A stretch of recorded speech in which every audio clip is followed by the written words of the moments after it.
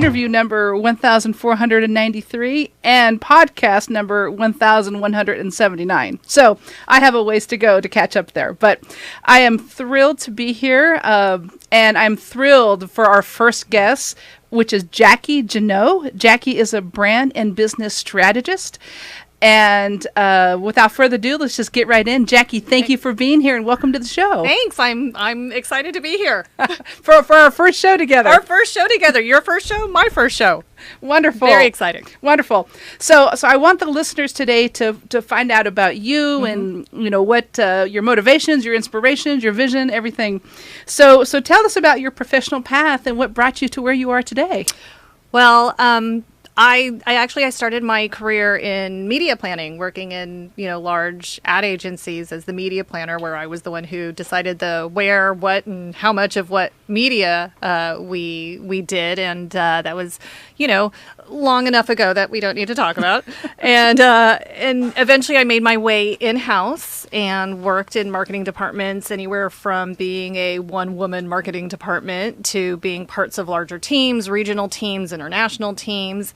And then, like so many during the Great Recession of our time, I suddenly found myself in the position where my position was no longer needed. And again, I think it's a sort of typical story for consultants. I was in a conversation one day with a random person who was lamenting about this stack of leads he had gathering dust on his desk, and my consulting business started, and and that's led me to do brand and business strategy that I'm doing today. Wonderful. So tell us about your firm and what you do. So my business is Jacqui Genow Marketing. I'm a brand and business strategist. And, there are a lot of marketing consultants out there. We were talking about it a little bit before the show. And, a lot of specialists. People come in, they specialize in SEO, they specialize in creative, they specialize in content, whatever it is that they bring to it. And I found that, a lot of consultants, their recommendations are based really on what they already know about marketing, what the latest trends are, what the latest report that they read, the studies that are out there. But what I've found has been most helpful for my clients is when I go beyond marketing. And I like to say that I work at the intersection of business and marketing. So making those connections between how the marketing decisions that we make today impact business tomorrow. Really getting in and doing a deep dive and getting to know the business, looking under the hood, what makes the business tick, what's their company culture, what are their processes and procedures, and when we get to know that, then we get to make better marketing decisions. So that's really where my focus is in doing brand development and in business strategy and marketing strategy. Not every strategy, not every path forward actually has marketing's not always the best answer, right? Sometimes it's improving a process. Sometimes it's adjusting a company culture. I recently was working with a business where, they wanted to grow revenue. Obviously, who doesn't? And I took a look at everything that they were doing and all of their outreach strategies, the social media that they were doing, the event marketing that they were doing. It was all good. It was on point. Obviously, it could grow, it can expand. But after really delving into the business, what I discovered was they weren't converting the leads that they were getting. And the conversions were steadily declining over a 6-month period. So we were able to go back and look at, well, what happened in those 6 months? What happened? What changed? And so now we're going in and the focus really is on tracking data, making sure that all the information that's coming in is getting logged so that we can better pinpoint what's going on and make adjustments to, answering prospects' questions, making sure calls get returned, making sure if somebody emails, you're emailing them back instead of calling them back, because that's obviously their preferred method of communication. So, so things like that really, again, just working at the intersection of business and marketing. Fantastic. I love the story as well.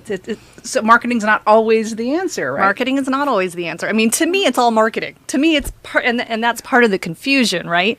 Marketing's such a big umbrella.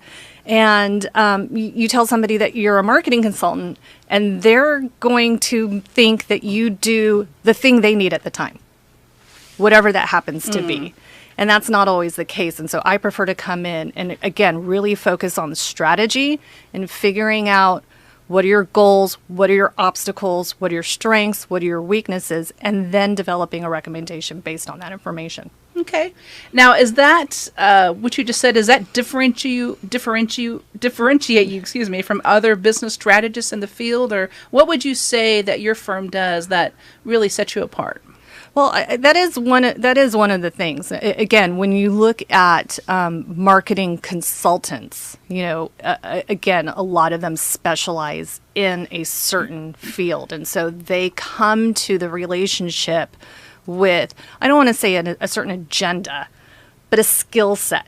And of course, whatever they're going to recommend to you is going to involve their skill set, because otherwise they can't get paid. Mm-hmm. Whereas my focus is more on the business. And to me, it doesn't matter whether it's SEO, it doesn't matter whether it's, content and, introducing podcasting into your strategy, or if it's just, you need to redecorate your front office, right? Or the person who's answering the phone needs to ask these 3 questions, right? To me, I want what's best for the business. So I'm going to look at everything holistically and make recommendations, whether they're always going to integrate marketing, because to me, business and marketing go hand in hand. But again, it's not going to necessarily be, you need to increase your advertising spend by, 20% in order to move the needle. Sometimes it's something that doesn't cost anything. Ah, okay. So it's taking a more holistic approach at it versus steering them towards maybe your area of specialty. Right. Okay. So given that, are there certain niche markets that you target, or certain types of clients that you serve? My best clients are the ones that come to me and say, we know we can do better. We want to get to the next step. We want to move the needle. We're having some sort of issue, and we just don't know what to do. Those are my favorite clients, because that means that they're ready to make a change. They're ready to be open to looking at, what are the chokeholds? What are the things that are holding them back? They're open to, the possibilities of recommendations and not having a preconceived notion of what it is that they're supposed to be doing. And so really it's businesses, I say that have 1 to 100 employees. Okay. Across a variety of industries. I'm a perpetual learner. I love learning new industries, and some of my favorite clients. Well, one of my favorite clients designs traffic signal intersections. I mean, who knew that was a thing? But now I do. There's an entire industry, and I know about it, and that's awesome. Wonderful. So the clients who really don't have any idea what they need, but they know they need something. They need something. They need something. Exactly. When it's those people who come and say, I need this. And it's like, well, a couple years ago, I had a lot of people who were calling me and asking, I need help with SEO. I need to drive more traffic to my website. I'd go to their website and say, well, your website's not optimized to convert. So you're going to drive a lot of people to your website, but you're going to be throwing that money away and putting people off, and they're not going to come back. And the reason your website's not optimized to convert is because you don't have a strong brand identity and a brand message. So the place to start would be with branding. Okay. Excellent. So it sounds like you have a very clear vision of what you do. You've had success with that. What would you say is your aspirations and your goals for the future? Well, to keep doing what I'm doing with more people. No, I mean, I love what I do. I love marketing. I'm very passionate about it. I'm one of those people that if you're, lucky enough to meet me out in a about, you're going to get a lot of free strategic guidance. I once, completely redirected somebody's entire marketing strategy over a drink one night. I can't help myself. But, one of the things that I'd like to explore more for this year is partnering with creative agencies. I recently had a meeting with agency where I gave them some strategic input on what to websites that they were developing for clients. And I think that there's a real opportunity and a need there because, they have great teams and they have buckets of creativity. But I come from it from a strategic place where I'm looking at everything holistically and I'm making the connections and saying, well, how is this website helping the business's goals and objectives? How does it fit in to the overall strategy of what they're doing? And how can the website be structured so that it's serving the end need? And so I think that there's an opportunity there. Okay. So, yeah, excellent. Some new areas to venture into in the future. So can you share with our audience where you go to obtain outside perspectives, insights on the challenges that you face in your industry? Yeah, peer groups, mentoring groups. I know you started one through Critical Mass for Women, so things like that. There are a couple of associations and networking groups that I'm also a member of. And surprisingly or not, social media. I have a really tight-knit group of people internationally that I've connected with on LinkedIn. We have a sort of email thread where, we discuss issues that we have. We support each other's work. It's really great. And there's actually a really great marketing group on Facebook where, when you have an issue and you have a question and just, need some strategic or tactical answers to it, it's been a really great resource.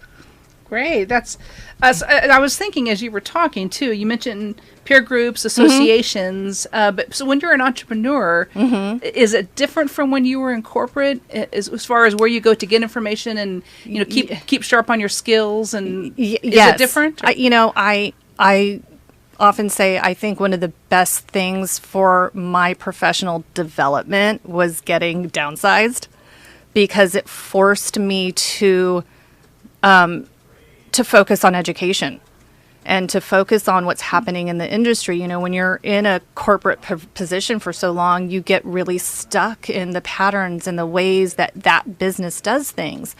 And this really made me go outside and seek out, aligned partnerships and network and grow my community. So, yeah, when you're in a corporation, when you're in that business environment, it's built in for you. Yes. Your peers are there. Yes. You walk down the hall and say hi to them, right? Right. And when you're an entrepreneur, when you're out on your own, you need to go and seek it out. And it's something that you need to do, every day. Right. Yes. It becomes an active part of an active part of your routine. Yes. So what advice would you offer women who are in business today? Well, going off of what we were talking about, network, build your network. It's one of the biggest regrets that I have from, as a young professional, that I didn't understand the need and put enough focus on building a network. Of course, then we didn't have the online tools that we have now that make it a little bit easier. But and it's not just building that network. It's actively engaging and nurturing and creating relationships. It's not a matter of just have a bunch of connections on LinkedIn and call it a day. That's not a network, right? It's people you can reach out to that you can refer business to, who can refer business to you, mentors, people that you can call and say, hey, I'm having this issue. How have you worked through that before? Have you ever encountered anything like that? So really focusing on building the network. The second, and of course, coming from a brand strategist, I would say is building your personal brand, and which is different than your business brand. Really think about who do you want to be how do you want people to view you and to see you? How do you want to be defined? And then make sure that that's how you're presenting yourself all the time, whether it's in face-to-face networking, whether it's out, online in your LinkedIn profile, how you're engaging in social media. So really building your personal brand. So so could you give us some examples of that? Because I hear that most of us have some type of social media profiles, right? And I've heard the saying, if it's online, it's out there. Right. People know about it. There's nothing that's really truly private, and it's out there. So how could someone do that? What are some specific examples of how you could best create your personal brand? So, understanding who you are, what are your strengths, what are your weaknesses, what are your aspirations, and it's not tied to what your current position is, what your current job description is, right? So, if you are responsible and outgoing, and you're the person who believes in efficiency and getting things done, and timetables and whatever it is, you're going to build that into your personal brand, because it's something that's you're going to take with you from job to job, from career to career. It transitions with you, right? And again, it's, what do you want people to say about you? In a professional capacity, what do you want to be known for? And start there. Make a list. What do you want to be known for? And then weave that into a professional profile.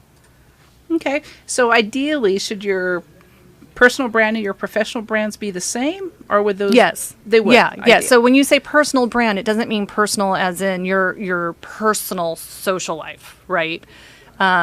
It's your personal brand, meaning it's part of your identity. It's part of who you are professionally.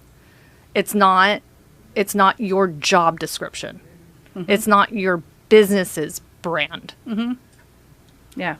So you say ideally align your brand with your strengths. You mentioned your strengths, your skills, and who you want to be, what you want to work towards, and who you want to be in the future. Yeah, I mean, look at some of the sort of business icons of our day, right? Richard Branson. Okay. I mean, he's all about like adventure and excitement and getting out there and doing stuff and taking chances, and that's who he is. That's his personal brand. He brings that as a leader to all of his businesses, but that's certainly not the Virgin Atlantic brand.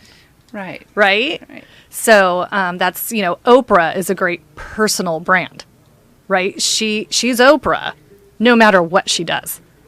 Yes. Yeah. Fantastic example. Yeah. So I think that clears it up perfectly. Okay. And I think that'll, for the folks listening out there too, I think, because oftentimes, if you're not an entrepreneur and you're sitting within a company, you do have a certain identity, and it's you're surrounded by it, and you're often, boxed into a structure. But, sometimes having a personal brand gets lost, I think, if you're working in a company. Right, because you as an employee, you see your role as supporting the business, but you can support the business while still maintaining your own personal brand. I mean, salespeople are probably the most attuned to doing that, because they're creating relationships with clients. And because they're creating that relationship, they're developing their own personal brand of who they are, what they stand for, that will travel with them regardless of what company they're working for. Oh, okay. Fantastic. Yeah. So we all should have. We all should have one.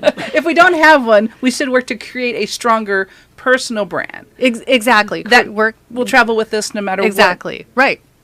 And that helps with networking and developing your circle of professional peers. It helps with all of that. Okay, fantastic. And it probably would help with the networking as well that you mentioned earlier as advice for women in particular. So how does someone get in touch with you or learn more about your firm, Jacqui? Well, the best ways are to find me on LinkedIn. Okay. I have a LinkedIn profile or at my website, jgenowmarketing.com. And, also to find out more about me and my philosophies and free resources of helping. I actually have an article about personal brand versus business brand. Oh, really? That goes deeper into clarifying that on my blog. Wow. Now, I did not know that. Just full disclosure, I had no idea she had a blog about that. So. Yep. So you've already answered the question. I've already answered the questions right there on my website. Great. So, and by the way, in doing my homework for this interview as a new host, I actually looked at Jacqui's website and I was thoroughly impressed. Oh, thank you. Not only the layout, of course, Right. is professional, but what you say on that website, it's, I thought it was pretty profound, actually, some of the things you mentioned. Oh, wow. Thank you. Yeah, and you tell some personal stories, and you add some humor in there, and it's not a typical, business website. Oh. I don't think. Okay. Well, So I will take that. Profound. I think that is my new favorite compliment of my site of being profound. yes, I love it. I will take that and wear that proudly. Absolutely. So, well, fantastic. So, anything else you want to add for our listeners before we close out? Just, I'm excited to be your first guest. This has been fun, and wishing you all the success and in episodes to come. And I can't wait to hear more. Thank you. Yes, thank you. And by the way, something I did not mention at the beginning, but as a host on the Critical Mass radio show and podcast, the focus of the show will be women in business. And so Jacqui was a great example of our first guest. And so if you are a woman in business or have expertise on the topic of women in business, certainly join us. And I'd love to have you on the show. So with that, thank you very much, Jacqui. And all the listeners out there, thanks for tuning in for the first show. And we'll talk soon.